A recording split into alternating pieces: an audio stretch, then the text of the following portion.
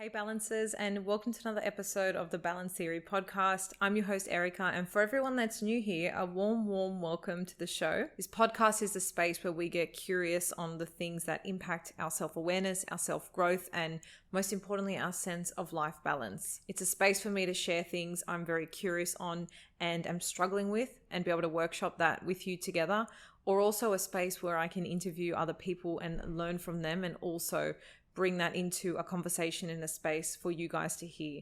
So I'm really excited you're here joining me. And today we have a very practical episode.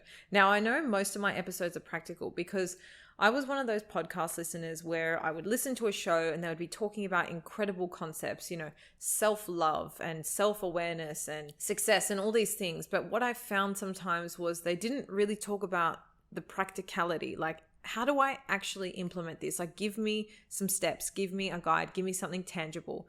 I found sometimes it was very like high level philosophical type conversations and not really practical. So that's kind of a big pillar of the show. I, like you, have a full-time job. I have a lot of hobbies. I have a lot of interests. I want to keep my health up to scratch. I have relationships that I'd like to keep at a certain level in my life. And so balancing and doing all these things, I like having a practical guide and step-by-step sometimes on how to actually do things. And so today I want to take the idea of self-awareness and I want to make that tangible for you guys. I want to share 5 ways that I practically practice that, because I think sometimes when we talk about self-awareness, it's like, bringing awareness to the things you're doing and situations. But like, I feel like if there's practical ways or like certain examples that you can take away and think about, I personally feel like that's quite useful. And so I've tabled 5 that have been the most profound in my life, and I wanted to share them with you guys today. If you haven't had the chance to leave us a review, comment, rating, or subscribe on any platform that you're listening to, it would mean the absolute world to me. And you know what? It actually really helps us reach more people just like me and you who are struggling with the same daily things that we are. It helps them find our show. So if you can give us a thumbs up, subscribe, a comment, a review, anything on whatever platform you're listening on, it would mean the absolute world to me. So let's get stuck into it. 5 practical ways that I practice self-awareness. Number 1, I always notice or really pay attention to my thoughts immediately after I have a quote unquote success or failure. So if I've had something happen that I would deem a failure or something that hasn't worked out, right? Or conversely, if I've had a big win, right? I've just booked someone incredible for the show, or I've just come off a really good interview, or I've just got something exciting in the pipeline. Noticing my thoughts directly after that has been a game changer. So self-awareness in the context of turning your mind to the type of thoughts you're having directly after these. And I'll give you an example and why I think this is so powerful. So a few years ago, I remember I had launched a podcast, I had an ecom business, I had a great job in Sydney as a lawyer. And it was just after I started to feel a bit of momentum with the podcast in the early days. And I remember just feeling a complete sense of not enoughness. It was this lack of self-worth. And it was really strange because I was like, I had all these visible examples of all these things that, made me worthy and showed my value and showed how well I was kind of doing. And outwardly people were like, oh my God, you're killing it, blah, blah, blah. But the internal dialogue was that I wasn't good enough. And it was just so strange that it came up at the same time I was almost on this momentous, successful loop. So what that showed to me was there was an inconsistency between consciously what was going on, the evidence, what I was seeing in my reality, and subconsciously what I thought about myself, which was that I actually wasn't worthy. And this is like a form, what I've learned since in therapy, a form of like self-sabotage. And you basically self-sabotage when you're doing something or changing something that doesn't correlate with a belief you hold about yourself. If you have a limiting belief that money isn't good or that having a lot of money makes you a bad person, you might find that then you consciously have a goal to save a certain amount of money, but you can never actually get there. And that's because consciously you're trying to do something that conflicts with a subconscious belief you have, because subconsciously you think that's going to make you a bad person. Or it could come across in the form of love, like not feeling like you're lovable. You might find whenever you get close to being in a serious relationship or getting really affectionate with people, whatever it is, you sabotage that. And again, it's that disconnect between the conscious and the subconscious. So I think if we bring this down to like present moment and an ongoing exercise or pursuit you could have is thinking about your thoughts or noticing your thoughts directly after a quote unquote success or failure and noticing if there's any disconnect there. This practice has been very powerful. And the other thing it also showed me, because I have since worked with a therapist very closely, I understand what is the source of those limiting beliefs. So I'll share with you guys, for example, like some certain friendships and even just like flings, like romantic relationships I've had in the past, they've made me feel like I'm not enough. So what was really interesting was when I had this success or momentum, it wasn't like I wasn't feeling good enough, but I would think of these past people and it was more what they represented, not that it felt like they had randomly popped into my head and I was kind of like, oh, why am I thinking about these people? But it was actually what they represented, which was I'm not good enough, which is so wild when you think about how creative the brain is, how far it goes to protect us effectively is what it's doing. But no thanks, it's not useful brain, but it does show an inconsistency between, our conscious and our subconscious. So a very, very powerful exercise, and one way I very practically practice, I've got to change that wording.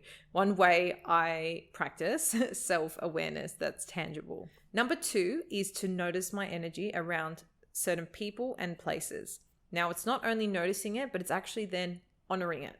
Okay, so if someone makes me feel like shit, they make me feel crap, I feel really negative after seeing them, it's not just being like, okay, I accept that they're a negative person or they have this impact on me. It's then actually setting boundaries, limiting my exposure, avoiding them at all costs if I can.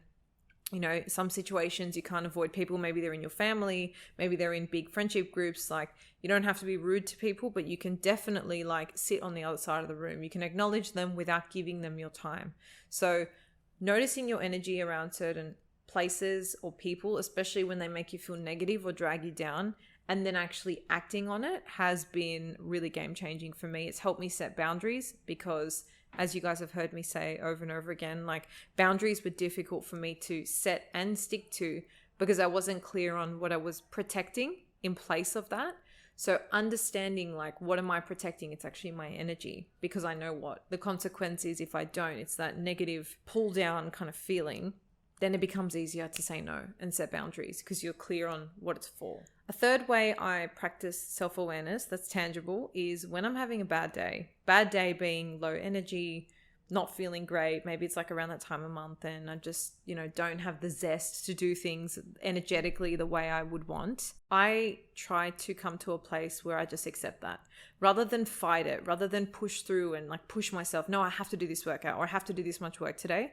It's kind of like, is anyone going to die? Is it going to be the end of the world? No, it can wait till tomorrow, next week, whatever it is. Like, I feel like I get so stressed out sometimes. Like, I put it on my to-do list for Friday. Like, I want to get it done Friday, and it's like, great. You can have that intention and you can set that for yourself. But if you get to Friday and you're not feeling it and it is not happening, just honor that. And this actually kind of, you could extend to emotions in general. Like, sometimes they pop up and like throw us off what we had planned for that day.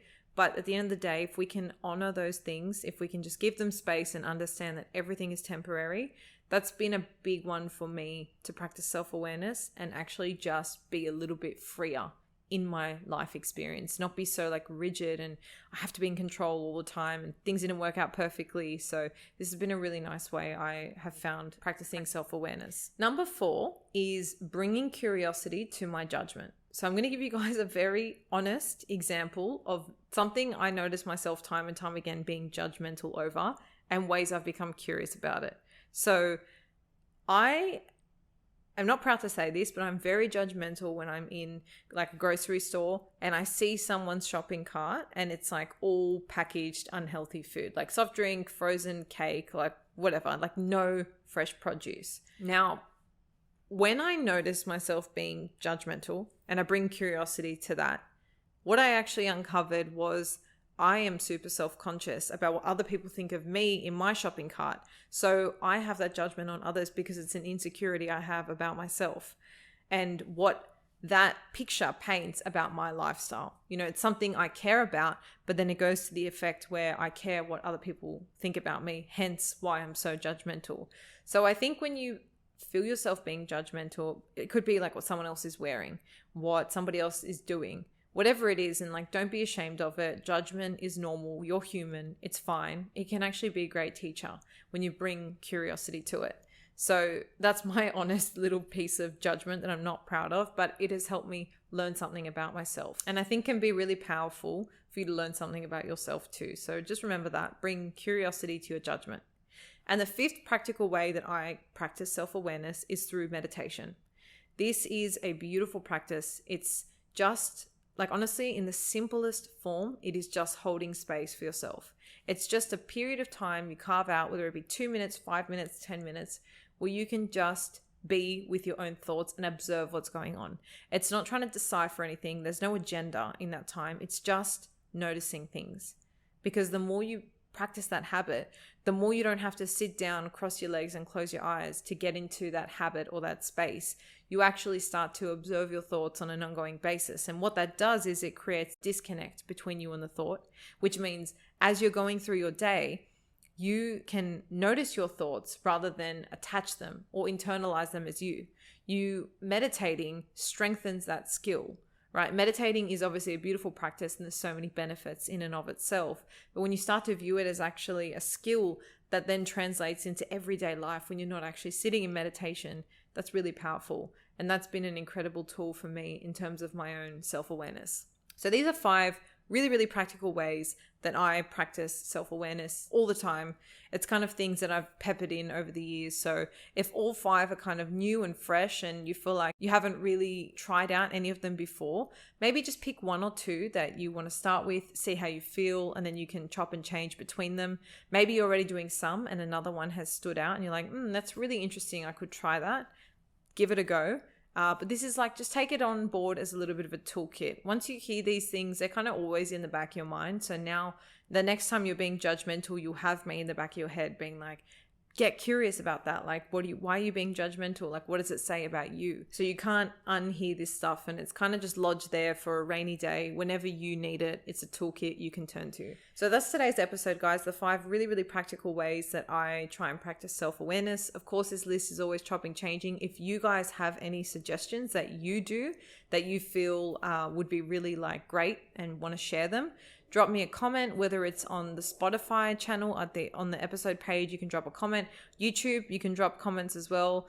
On Instagram, you can reach me too. I'd love to hear maybe some tips or habits that you guys have that you feel have really strengthened your self-awareness, or how you feel about any of the ones that I've shared today. So don't be shy. Come say hi. I always love hearing from you guys. And as always, share this across with someone who you feel would love the episode too.